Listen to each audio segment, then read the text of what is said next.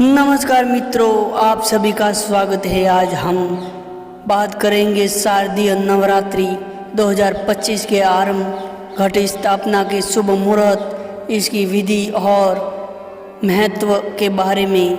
हिंदू धर्म में नवरात्रि का विशेष स्थान है। ये पर्व वर्ष भर में 4 बार आता है, लेकिन 2 नवरात्रि, चैत्र नवरात्रि और शारदीय नवरात्रि विशेष रूप से पूजे जाते हैं। शारदीय नवरात्रि को महान नवरात्रि भी कहा जाता है। इसका समय शरद ऋतु में आता है और इसी कारण इसे शारदीय नवरात्रि कहते हैं। इस नवरात्रि में महादुर्गा के 9 रूपों की पूजा की जाती है और भक्तगण 9 दिनों तक व्रत, साधना और भक्ति करते हैं।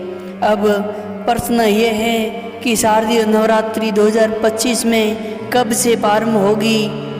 हिंदू पंचांग के अनुसार इस वर्ष शारदीय नवरात्रि का शुभारंभ सोमवार 22 सितंबर 2025 से हो रहा है और इसका समापन गुरुवार 2 अक्टूबर 2025 को विजयादशमी यहाँ दशहरे के साथ होगा।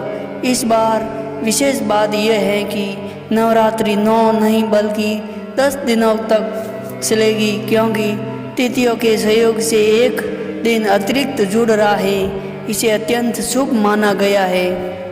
नवरात्रि का आरंभ घट स्थापना से होता है। घट स्थापना का अर्थ है देवी माँ की ऊर्जा को घर में आमंत्रित करना। इसे कलश स्थापना भी कहते हैं। यह प्रक्रिया अत्यंत पवित्र और शुभ मुहूर्त में करनी चाहिए।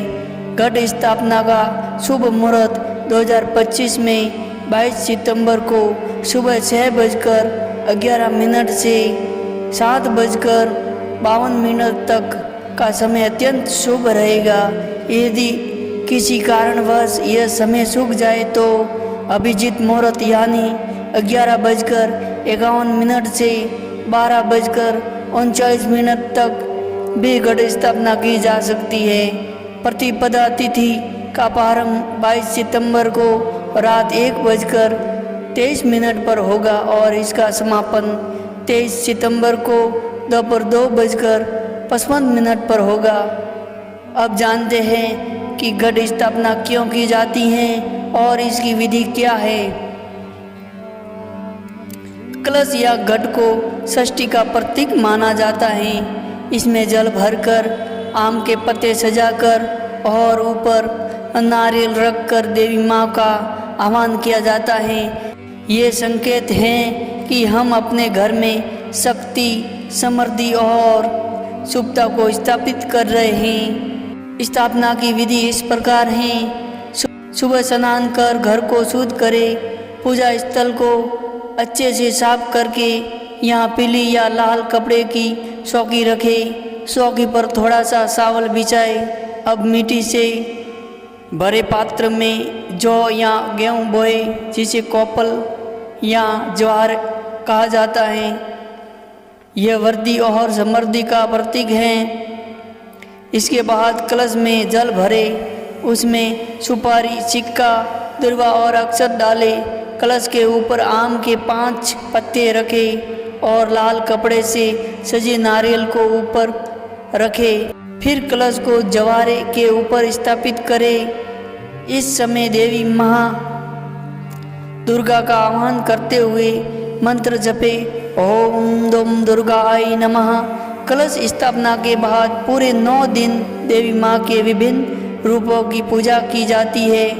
पहले दिन महाशैलपुत्री, दूसरे दिन ब्रह्मचारिणी, तीसरे दिन चंद्रघंटा, चौथे दिन कुष्ठमांडा, 5वें दिन स्कंद माता, 6ठे दिन कात्यायनी, 7वें दिन कालरात्रि, 8वें दिन महागौरी और 9वें दिन सिद्धिदात्री की आराधना होती है।